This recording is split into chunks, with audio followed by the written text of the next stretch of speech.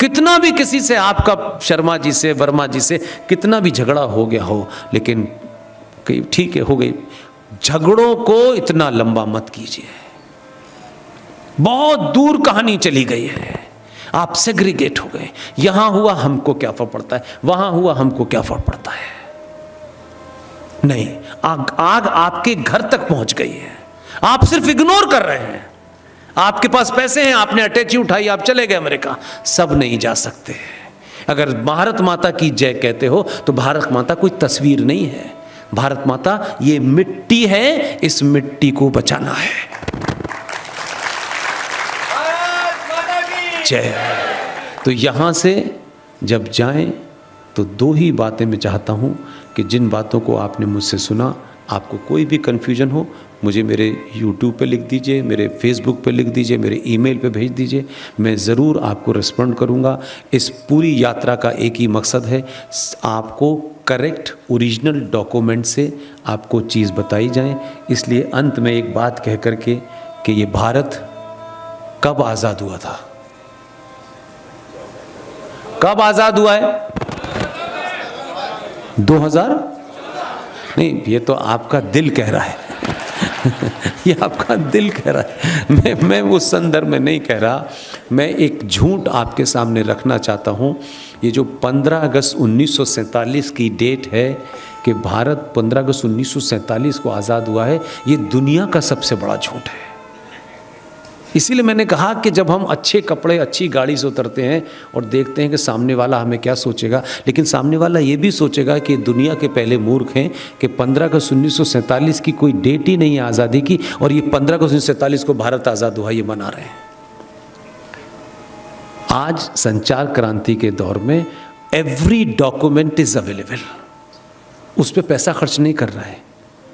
जिस समय 15 अगस्त 1947 का जो समय था, उस समय ग्रेट ब्रिटेन के प्रधानमंत्री का नाम था क्लेमेंट एटली। क्लेमेंट एटली की कैबिनेट की मीटिंग के मिनट्स देखिए, उनकी कैबिनेट की मिनट्स में लिखा हुआ है 15 अगस्त 1947 it was a transfer of power.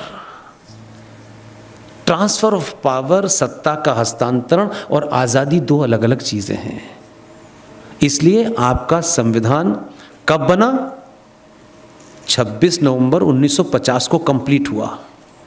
इस बीच में बना ना, तो बनाने वाले ज़्यादातर लोग कौन थे? सब ऊपर नीचे किया, बस इसको इधर कर दो, इसको इधर कर दो, इसको इधर कर दो, बाकी तो कुछ बदला नहीं। भारत के इतिहास, भारत की मान्यताएं, उसमें कुछ है ही नहीं। आज भी 1860 के कानून से पुलिस चलती है, 1861 के कानून का एविडेंस एक्ट आज भी चल रहा है। लेकिन हम, ये पुलिस ऐसा क्यों करती है? ऐसा इसलिए करती है कि पुलिस की स्थापना क्यों हुई थी ये कभी पढ़ा कहीं? ये पुलिस क्यों बनाई गई थी जिसे आज आप पुलिस समझते हैं?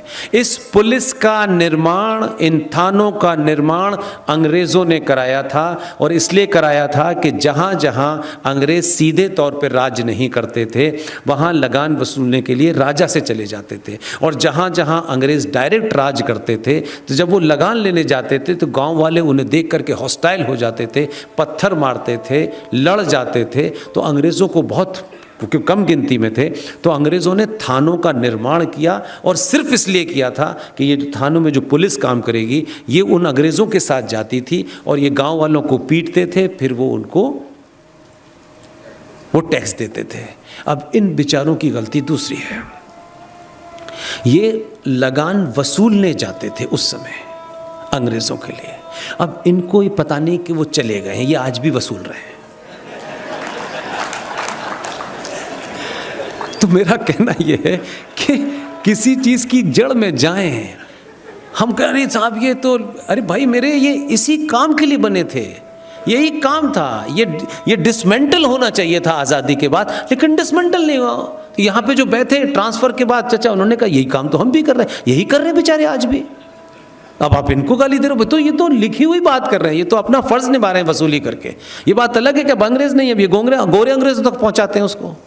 क्योंकि जो कमिश्नर साहब होते हैं हर शहर में, हर जगह के कमिश्नर हैं, पुलिस चीफ हैं, उनकी पत्नी जैसे ही कमिश्नर बनता है पत्नी उसी दिन से सोशल वर्कर हो जाती है, और ये बेचारे उसी को दे दे के थक जाते हैं मेम साहब को।